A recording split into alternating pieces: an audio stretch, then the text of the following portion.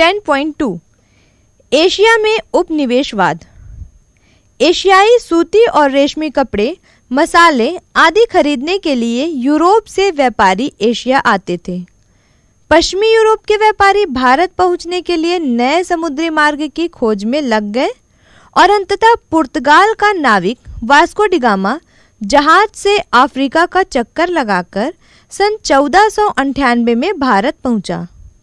इससे पहली बार यूरोप से भारत और चीन के लिए समुद्र मार्ग में आना जाना संभव हो गया। यूरोपीय नाविक जब अमेरिका गए तो उन्हें सैन्य दृष्टि से किसी शक्तिशाली राज्य का सामना नहीं करना पड़ा, लेकिन तब एशिया में कई ऐसे राज्य थे जो उस समय के किसी भी यूरोपीय साम्राज्य से बड़े और सैन्य दृष्टि से ज़्यादा मजबूत थे। यूरोपीय शक्तियां एशिया के इन शक्तिशाली राजाओं को सीधे युद्ध में हराने में सक्षम नहीं थी। हिंद महासागर के तटीय प्रदेशों में पुर्तगालियों ने कई बंदरगाहों पर, जैसे भारत में गोवा, पश्चिम एशिया में हरमुज एवं दक्षिण पूर्व एशिया में मल्लका, अपने सैन्य व व्यापारिक अड्डे स्थापित किए।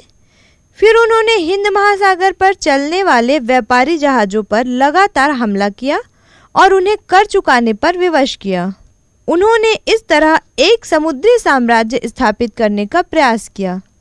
यह व्यवस्था तब जाकर टूटी जब ब्रिटेन, हॉलैंड और फ्रांस के व्यापारियों ने हिंद महासागर में अपने व्यापारिक अड्डे बना लिए और पुर्तगाल के आधिपत्य को चुनौती दी।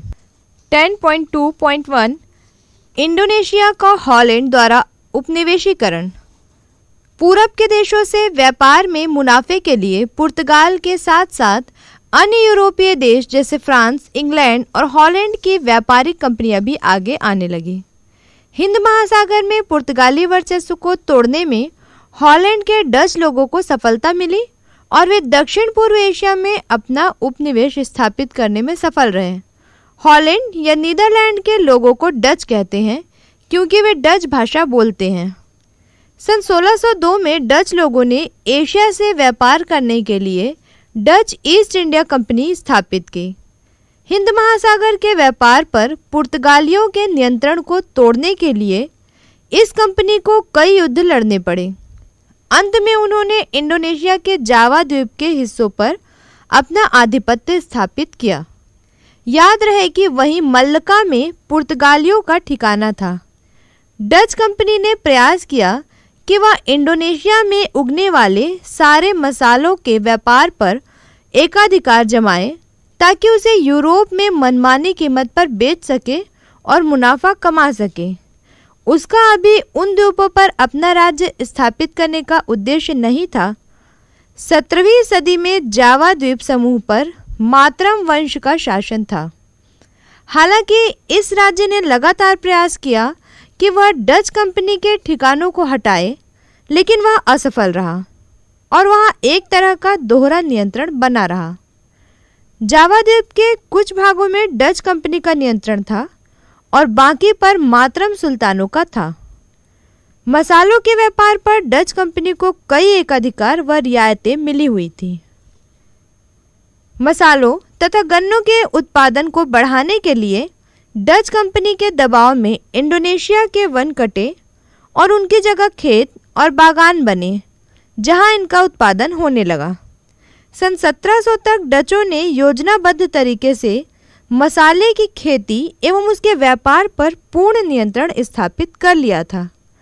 अब सिर्फ मसालों के व्यापार पर ही नहीं बल्कि उनके उत्पादन पर भी उनका पूर्ण नियंत्रण था। सन 1800 में डच ईस्ट इंडिया कंपनी के शासन को समाप्त कर डच सरकार ने इंडोनेशिया का शासन सीधे अपने हाथों में ले लिया और सन 1830 तक जावा द्वीप पर अपना पूरा अधिकार स्थापित कर लिया।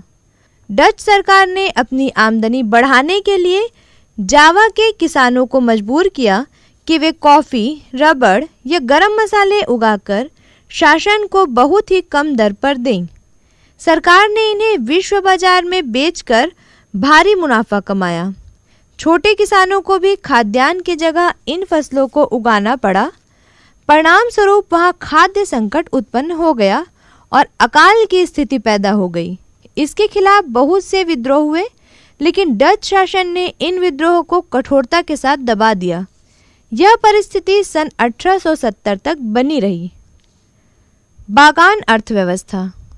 सन 1870 के बाद इंडोनेशिया में व्यापक पैमाने पर डच पूंजी का निवेश बागान प्लांटेशन में हुआ।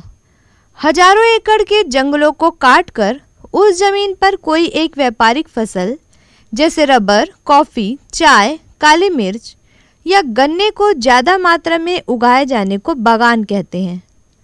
उत्पादन को बेचने के लिए तैयार करना बागान के ही कारखानों में होता है। इनमें सैकड़ों मजदूर सपरिवार रहते हैं और दिन रात काम करते हैं। इन्हें मजदूरी दी जाती है। कई इंडोनेशिया द्वीपों में इस तरह के बागान स्थापित हो गए। इससे इंडोनेशियाई जल्दी ही कोको, चाय, कॉफ़ी, रबड़ इत्यादि वस्तुओं का प्रमुख निर्यातक बन गया।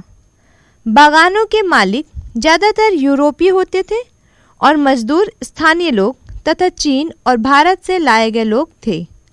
इस तरह इंडोनेशिया में एक मिश्रित समाज का विकास हुआ।